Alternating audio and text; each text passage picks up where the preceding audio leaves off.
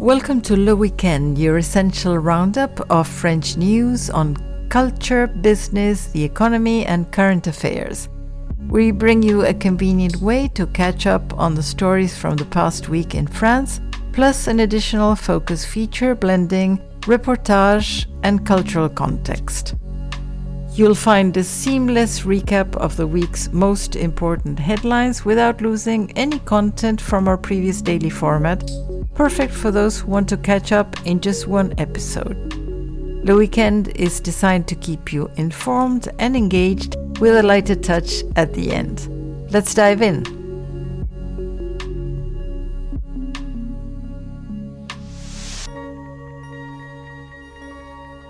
These are the headlines on Monday, March 30th. French AI platform Mistral will borrow 750 million euros, around $830 million, for a Paris data center as Europe ramps up AI capacity. Mistral AI is stepping up investment in the computing power and infrastructure required for the company to build on its success in a drive to roll out data centers on European soil, as reported by Le Monde. France is rolling out targeted fuel aids as truckers stage a Paris protest.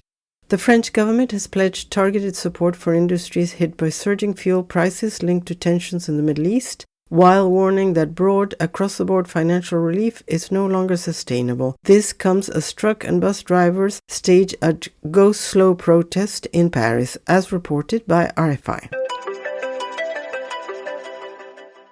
The captain of a Russian shadow tanker was sentenced to 1 year in French prison. A French court has handed down a 1-year prison sentence and issued an arrest warrant for the Chinese captain of a tanker suspected of being part of Russia's so-called shadow fleet in a case that highlights Europe's growing efforts to enforce sanctions at sea, as reported by Le Monde.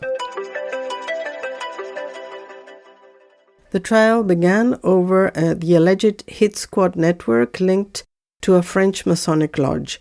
A complex criminal trial has opened in Paris where 22 people are set to appear in court over allegations of murder, attempted murder, and other serious offenses linked to a Masonic lodge accused of operating as a covert mafia network, as reported by RFI.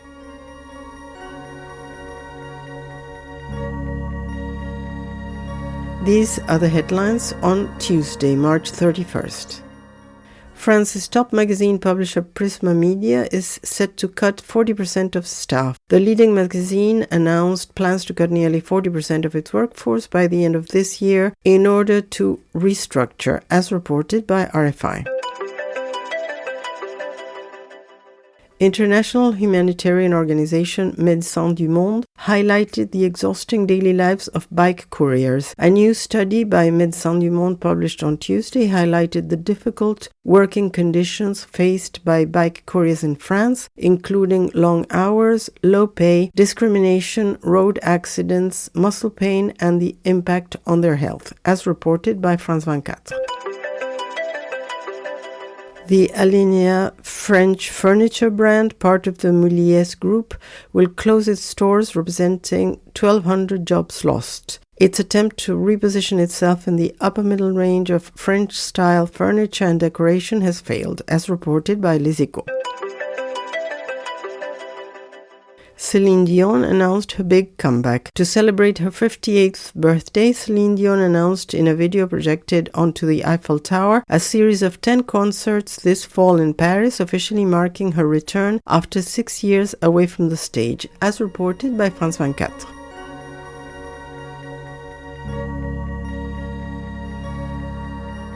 The headlines on Wednesday, April 1st.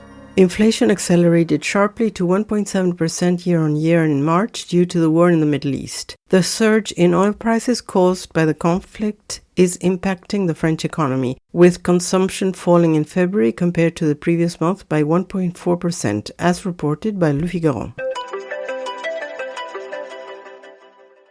The government is ready to cut consumption in the event of a fuel shortage. Spokesperson Maud Bregeon said that in the event of a fuel supply problem, the French government was ready to implement energy-saving measures without specifying further. Brogeon called on ministers to propose targeted actions, with the state having to give the example, as reported by France 24.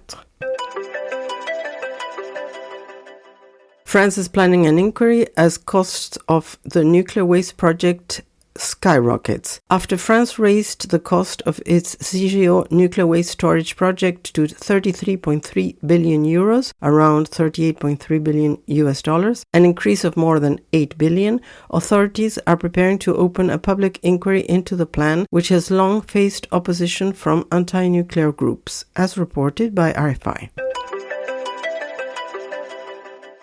The French Senate backed plans to restrict social media for children. The upper house has voted to ban social media for children under 15, but legal disagreements with the government could complicate plans to bring the measure into force by September, as reported by France 24. Evian's historic casino is partially destroyed in a fire. No casualties were reported in the 1912 Art Deco building, known for its Byzantine-inspired dome overlooking Lake Geneva. Evian-le-Bain is scheduled to host a summit of G7 leaders in June, as reported by Le Monde.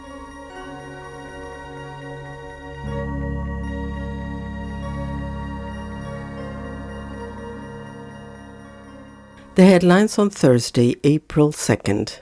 France has charged 4 individuals over a foiled attack on an American bank. French authorities charged a young man and 3 minors in connection with an attempted attack against a Bank of America branch in Paris, as investigators explored questions about the involvement of a pro-Iran group, as reported by Le Monde. A French court overturned a police chief's decision and authorized the Rencontre des Musulmans de France. Following an urgent appeal, the administrative court authorized the holding of a Muslim Congress near Paris, ruling that the security concerns cited by the authorities to ban it were unproven. The day before, the Paris police headquarters had justified the ban by citing the terrorist threat facing the Muslim community, as reported by France 24.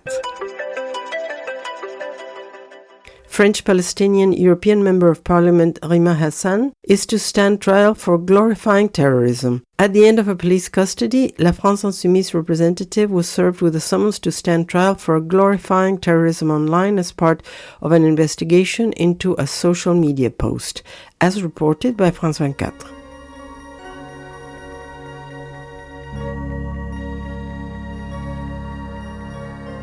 The news on Friday, April 3rd.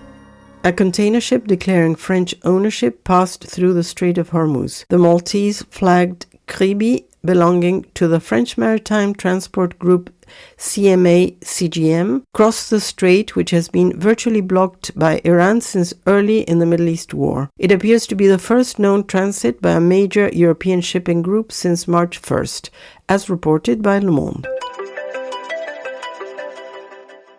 The future is uncertain in New Caledonia after French members of parliament blocked a reform plan.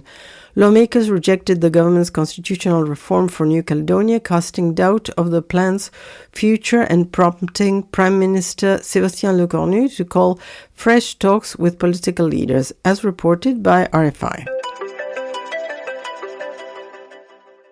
The infamous frapper, or knocker, continued haunting elderly women in Brittany. For the past 3 years, someone has been harassing women living alone, but the victims are finally being heard, as reported by Le Monde. The French central bank netted 13 billion euros by pulling gold out of US reserves.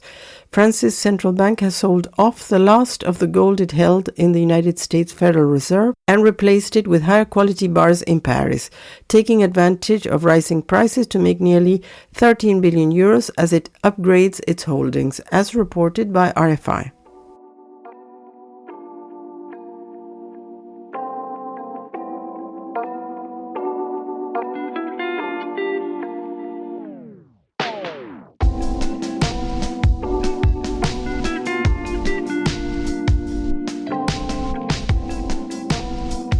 You are listening to Le Weekend.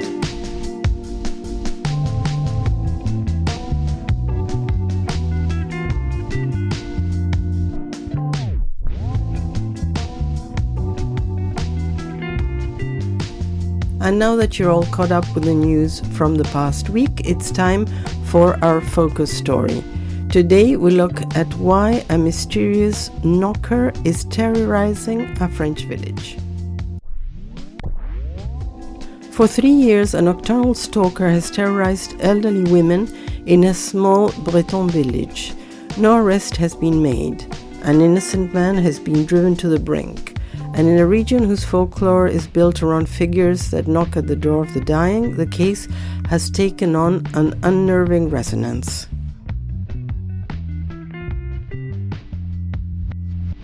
A few days ago, a doctor at Guingamp Hospital in Brittany walked into the room of a 75-year-old patient and knocked to announce his arrival.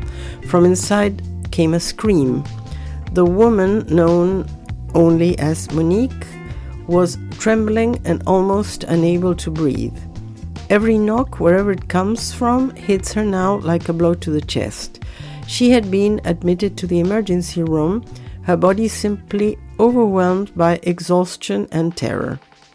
She whispered, "He will end up killing me."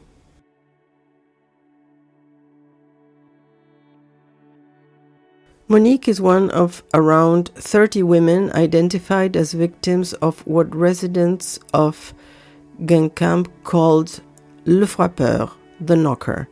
For 3 years, an unidentified man has been making his rounds after dark, hammering on their doors and shutters in the middle of the night, then disappearing before anyone can catch him.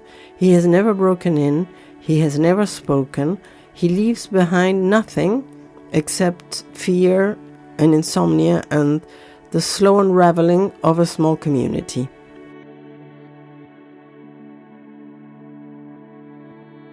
The story was first reported last year, although occurrences go earlier than that.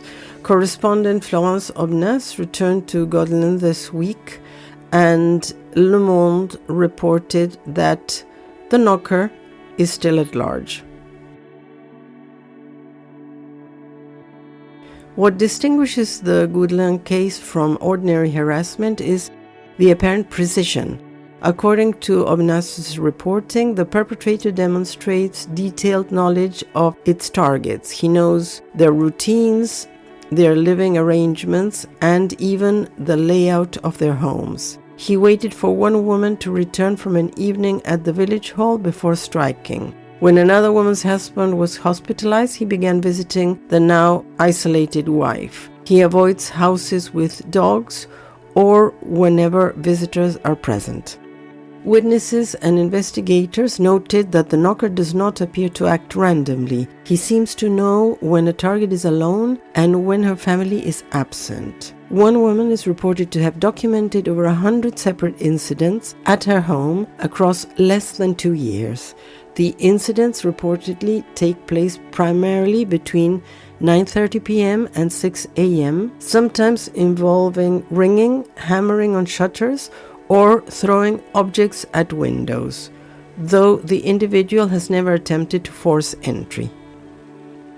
Le Monde also reported that one morning, after a snowfall, someone found a boot print left at a doorstep. Combat boots, apparently, approximately size 45.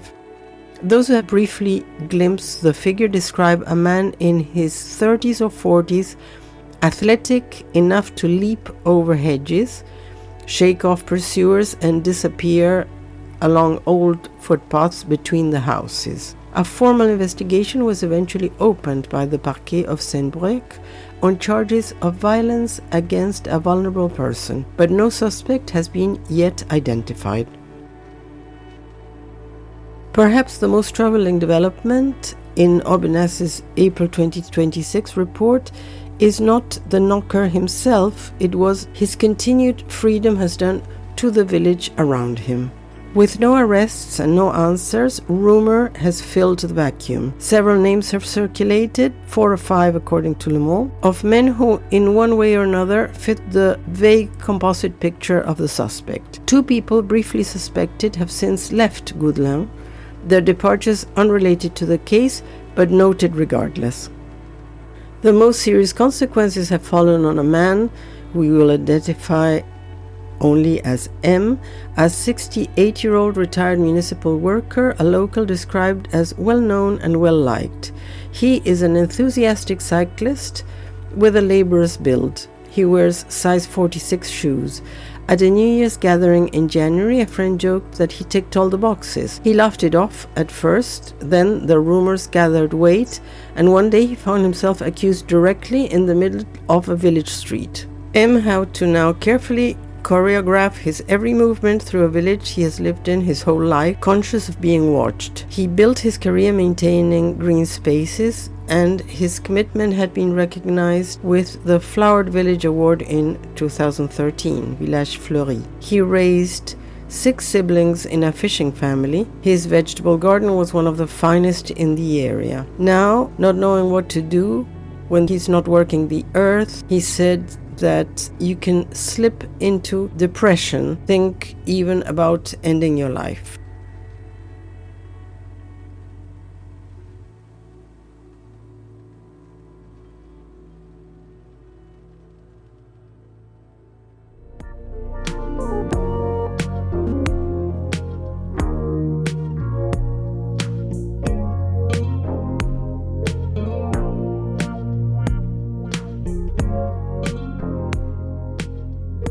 Thank you for listening to Le Weekend, your one-stop destination for the main headlines in France.